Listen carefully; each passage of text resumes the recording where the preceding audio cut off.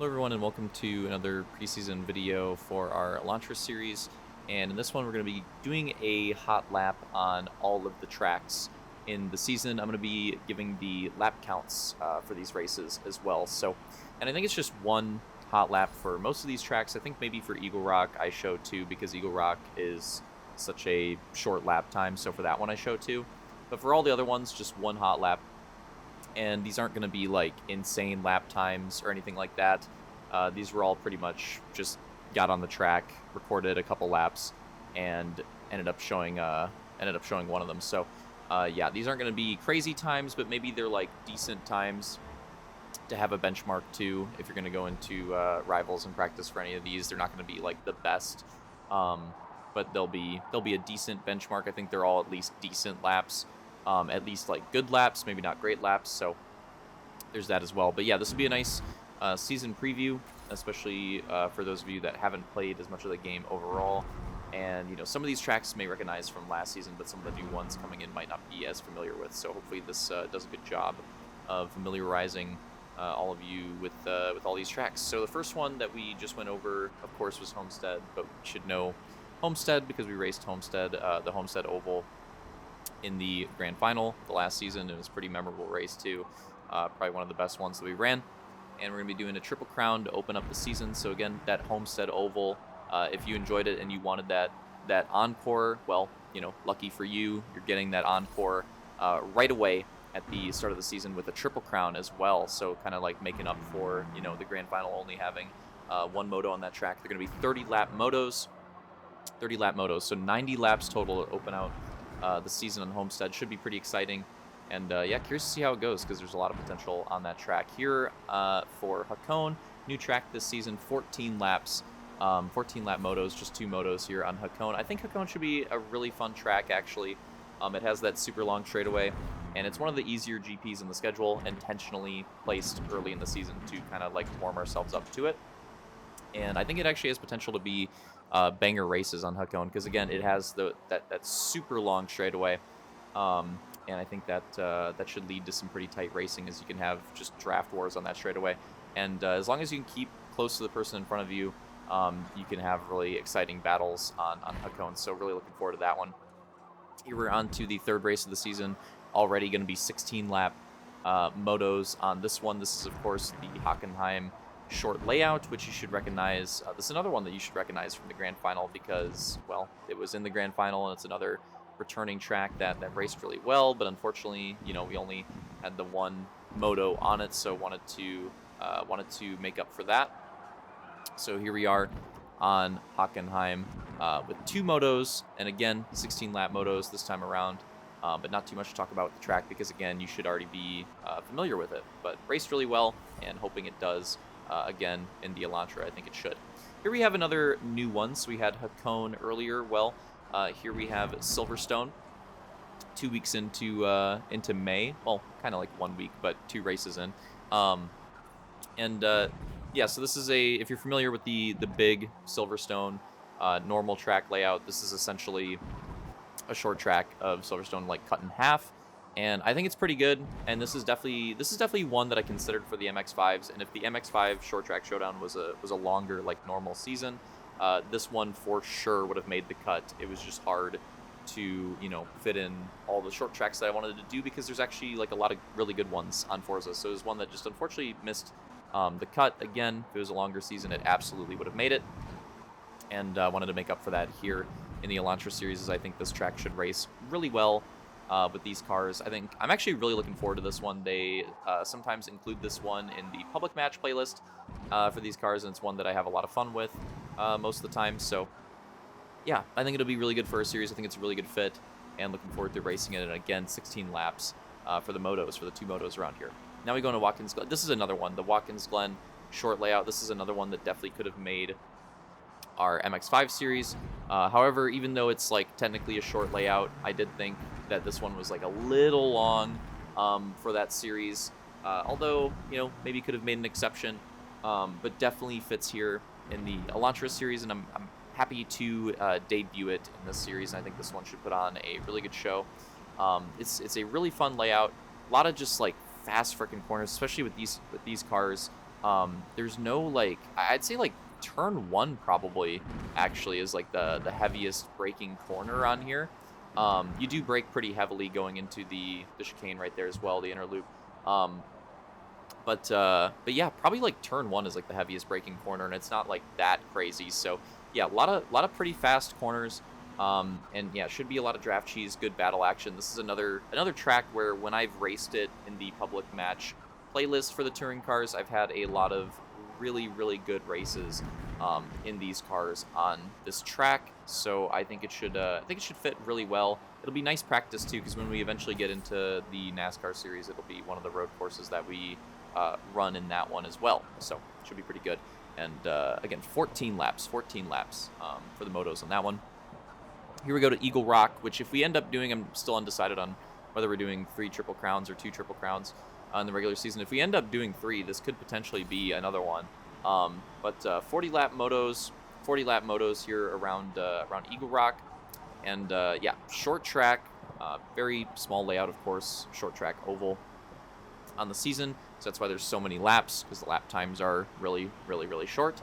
Yeah, this should be fun. Might end up adjusting the lap count because we might we might not just do cautions, but also like do the pit strategy as well. So I have it as 40 right now, but if we do end up doing like, well, we're gonna do the cautions regardless, but if we end up doing the pit strategy as well, probably cut it down to 35, just because of the fact that there will probably be a caution or two, and then we're gonna be cutting it like pretty close in terms of like how close we're getting to getting cheesed with the replay.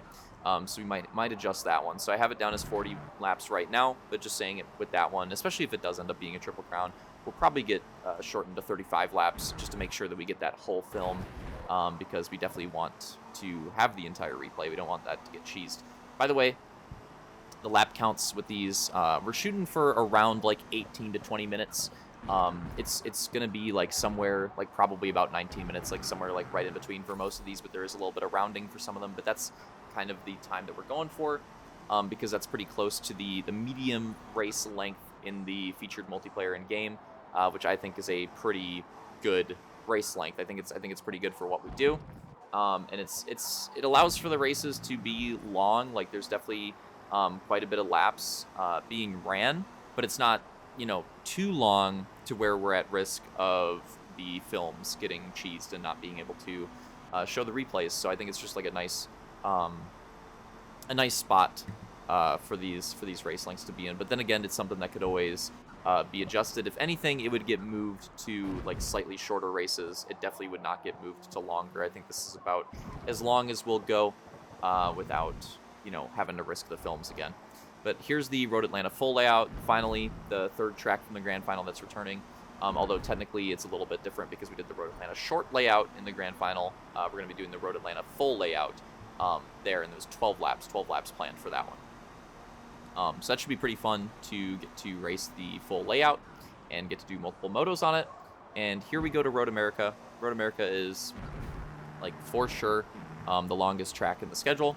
And we're going to, as we step up with our series and the cars that we're running, we're going to step up the track length. There's a lot of like long tracks that have really good layouts that we could go to, and especially when we get to like NASCAR and the GT series and like back to the Porsches and stuff, we're definitely going to try to like have more longer track layouts, as I think they work a lot better in the cars with more horsepower. So we're going to have more of those. But for this one, the main one that we're throwing in and experimenting with is here. It's Road America. We're going to try it out. Again, another track that that ends up being in the featured multiplayer for these cars very often. And I've actually had some really good races on here with these cars too, because the super long straightaways towards the beginning of the track allow for a lot of drafting and a lot of really close racing. But the middle sector gets really technical, and that's where you can try to gain time and try to separate yourself and get away from that draft. And it just finds like a really good balance for these cars. That's what I've found when racing it in featured multiplayer. So, I hope that translates to our races, and I hope that the race around this one ends up being pretty good. and 8 laps is the planned distance for our races around Road America. So yeah, excited to race this track and to just like finally have another like pretty long layout, because we did have the Daytona. We did have the Daytona road course with the MX-5s, and that was over a 2-minute lap time. This is going to be well over a 2-minute lap time in these cars, and yeah, I'm just excited to have another track with like that long of a lap time and to try it out and see how it goes, because the Daytona one went pretty well, actually. Like it went super well, especially with it being our debut too. So having some more practice under our belt, I would think this race around Road America should go even better. Okay, so now we get to the last oval of the regular season. We're getting pretty close to the end here too, end of the video and end of the season. But yeah, the Indy Oval. So the Indy Oval, the Brickyard is of course just like a square. It's more of a rectangle. My bad. Square is definitely wrong. More of a rectangle. But that's the shape of it, and it should definitely be similar to Homestead, where it's going to be like just complete draft wars. Like with these cars, you don't have enough speed and they turn too well to like actually make up time in the corners. That's not really going to be happening with this Indy Oval race for us. It's literally just going to be straight draft wars. When we get to do NASCAR, you have a little bit more horsepower. They struggle to turn a little bit more. So when we get to do a race on this track in NASCAR, there should probably be a little more finesse to it. But don't get me wrong, drafting will still be very important there too. But with these cars, it's just going to be straight draft war. It's going to be very similar to Homestead in that respect. It should be interesting. It should be pretty fun.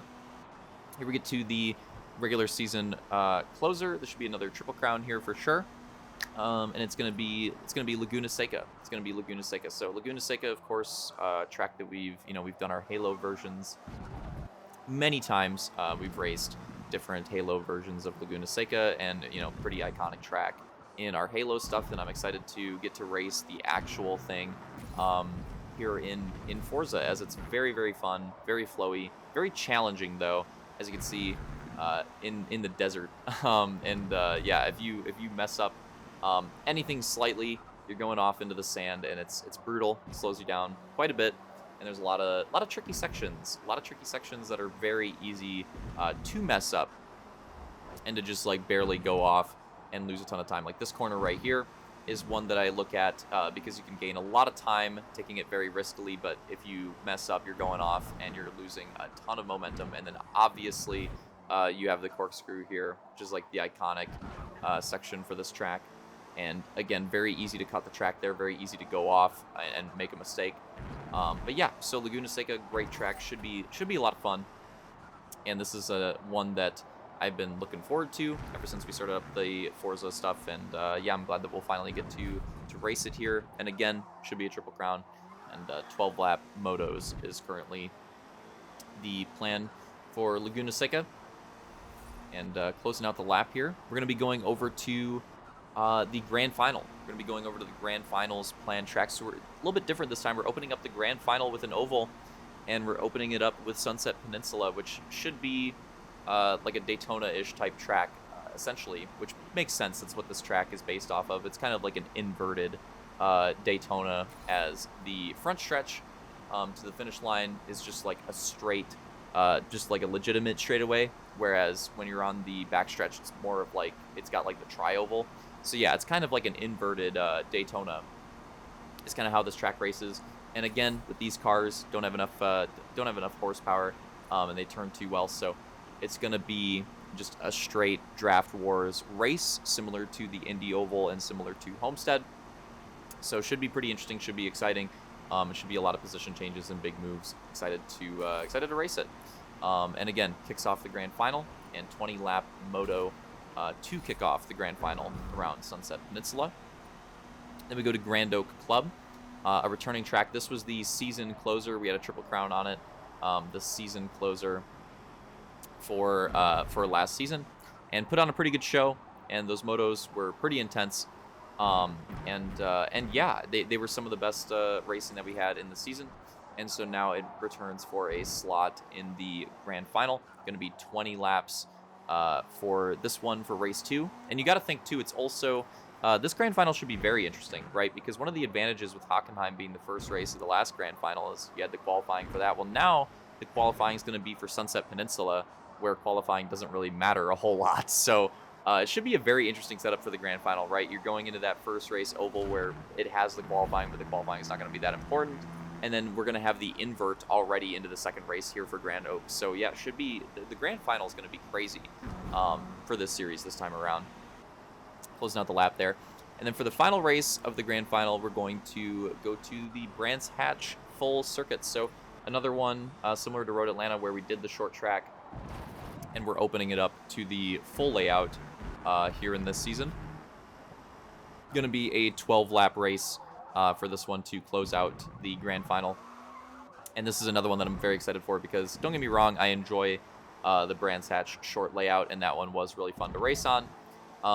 But while I do really enjoy like some of these short layouts, and some of these short layouts I do genuinely prefer to the big layouts, that is not the case for Brands Hatch. This is one where I love the full layout and really excited to get to race on it because the short layout, again, while it is good, I do think it takes away from the full track layout, which is just awesome. Just the way these corners flow and how like on the edge you have to get to be fast on this track, and it's risky too. When you find that line because it's literally just like straight grass. Maybe there's a little bit of rumble runoff in a few sections, but for the most part, it's just straight up grass on the edge of the track. So you want to get there to run as fast as possible, to run with the most possible speed. But if you make that slight mistake and you go over that line just a little bit, you're going into the grass, potentially you're going into a sand trap and just losing so much time.